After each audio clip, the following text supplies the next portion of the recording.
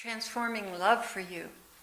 I heal the woundedness, the scars, the empty places that were once filled with joy, but betrayed and lost forever.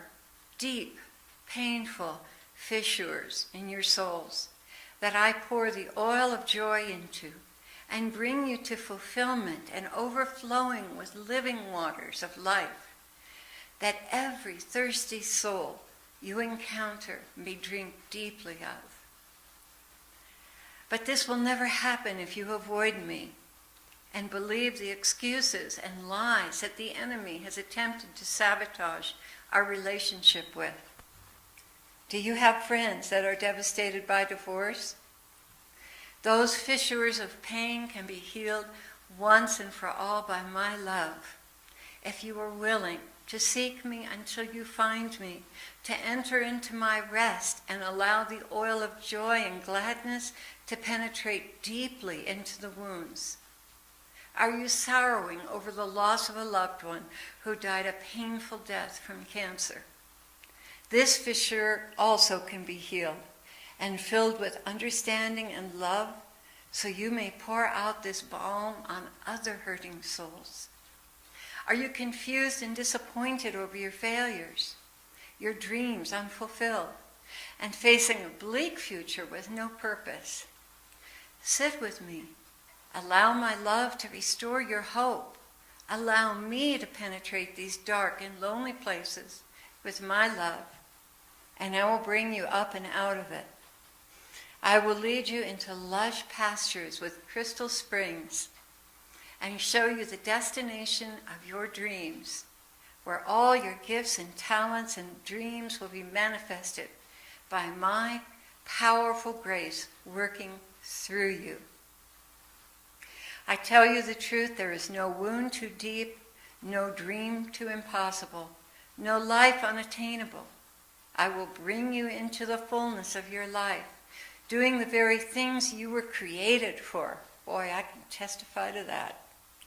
And fulfilling your life beyond your wildest dreams. And the best of all, I will be your constant companion. You will never feel alone again. I will never abandon you. And at the end of your life, the fireworks will go off as you ascend in my arms into the most perfect place that I've created just for you. Again, beyond your wildest dreams. So this is really what the Lord has in mind for us, Christians. This is what he wants in this intimate relationship. This is nothing to run from. This is something to rejoice over and run to. And to take every measure in your life to protect your time and space with him. And be faithful to do that every single day. Whether if you miss your time in the morning, do it in the evening. I mean, there are times that are unusual where you'll miss this time with the Lord. But if you miss it in the morning, do it in the evening. If you miss it in the evening, do it in the morning. Make a way to be faithful to this. Nothing is impossible with the Lord. No eye has seen, no ear has heard, and it has not entered into the human mind the things that he has in store for those who love him. So please don't waste any more time in prayer and study that has become barren and not bringing you into deep, intimate communion with him. Something's wrong with your methods if you're not getting any deeper with the Lord. And you know, I had to let go of all my ideas of how to pray and enter into that place with him. And I asked him to show me, because I wasn't getting very far. And I knew there was greater depth. So I asked him to do it through me. And he did.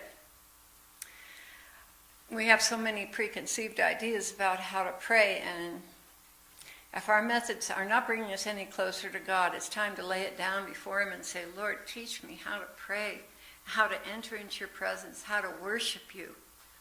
I do this frequently. In fact, just about every morning. I confess to him that I don't know how to pray. Lord, bring me into prayer and into intimate communion with you the way you want me to come. Let me tell you a little story.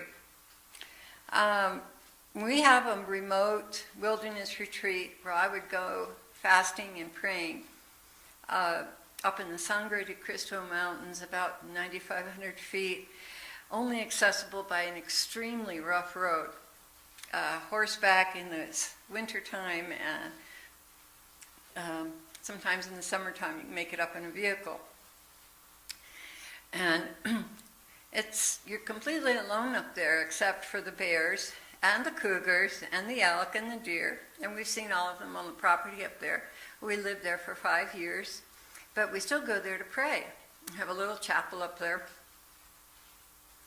One weekend I really had some issues that I didn't know, I just couldn't resolve. I couldn't get any peace about it, so I fasted and went up to the mountain. And I was worshiping and praying and doing everything I could think of to draw close to him for about 12 hours. And I thought, wow, the heavens are brass. What is going on here? So finally, nothing was happening between the two of us, and I thought to myself, maybe I'm being a little bit presumptuous, thinking that just because I fast and come up to the mountain, the Lord's going to speak to me. Maybe I'm just a little bit prideful and presumptuous, or a lot prideful and presumptuous. So I repented, and I told him, Lord, I'm sorry. Just because I fast and come up to the mountain doesn't mean that you have to speak to me. I'm really sorry. I don't know where my head's at. Please, Lord, lead me into that sweet place with you. Would you believe it? Within 10 minutes, I was sailing in his arms. That's all he was waiting for, is my confession of weakness. I'm too little. I don't know how to do it. Lord, do it through me. That's all it took. And we were engulfed in his love and his beauty. So, no matter how good, how many people tell you they do this, they do that, how wonderful their prayers are, it's really up to the Lord how he wants to bring you to him. It's really up to him. And I suggest that if your prayers are not really fruitful and ending in the sweet, intimate union with the Lord, that you put aside the books and allow him to lead you and enter into his rest, where all things are possible. If you have unresolved issues about the faith, he'll answer you. He'll lead you through the scriptures and answer you. Do you have unresolved issues about your marriage or your children? He'll put your mind at complete peace and explain to you what he's doing. Do you desire a deeper knowledge of him? He'll reveal himself in ever-deepening circles and infuse knowledge into your mind that the scholars don't have. Your belly will burst forth with living waters, and you'll be a virtual Eden going through this world, bringing refreshment every place you go. Didn't he say, "Come to me, all of you who are weary and heavy laden, and I will give you rest? Take my yoke upon you and learn from me, for I am gentle and humble of heart, and you will find rest for your souls." That's in Matthew 11. So enter into his rest, drink deeply of the living waters, and then go to this hurting and lost world and dispense what he's given to you to other hurting souls. This is the God of power and might, but most of all, he's the God of love and mercy. He will not condemn you for your sins and failures. The failures that have wounded you, the very things you can't forgive yourself for, he will pour his oil and wine upon your wounds and tenderly dress them with clean linens. Eventually, all your ills will be brought to restoration. This is the lover of our souls. He has nothing but good things to share with us.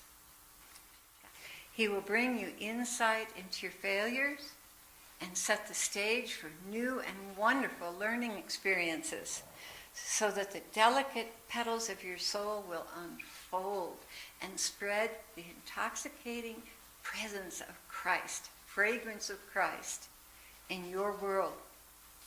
All he asks of you is that you seek him until you find him, and that you turn your life over to him and ask him to change the things in you that are creating a barrier in union with him. You'll be so inebriated in your relationship with him that you'll be walking in heaven more than you're walking on this earth. Your life will be supernatural and filled with consolation. He'll seek you out and he'll reveal his tender and vulnerable feelings for you and his sorrows. You'll rejoice in being able to console him. He will bring his sorrows to you. He will lay his head on your heart because it's a safe place for him, because you love him, because you're seeking to have a pure heart, and you're cooperating with grace to have a pure heart. So many people don't care. He's so wounded by the indifference of man, so wounded that there's so much ungratefulness. And when he finds a soul that loves him with a pure love, he wants to spend time with that soul. And when he's hurting, he wants to be with that soul. Just like our husbands want to be with us when they're hurting. He loves you just the way you are, unconditionally. He longs for one glance in his direction from you, even at the grocery store.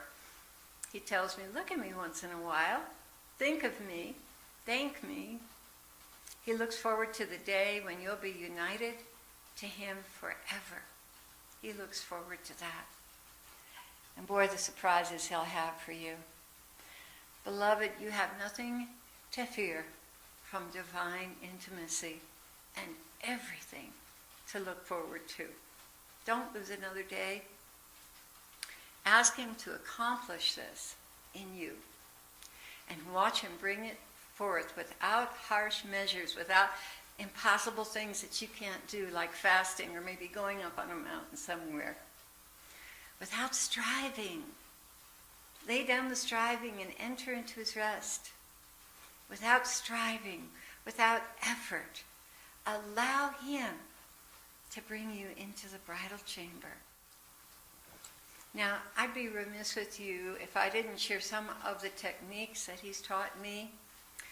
So I'm going to do another short video on entering the bridal chamber and some of the things that he's shared with me to bring me into that close place. God bless you.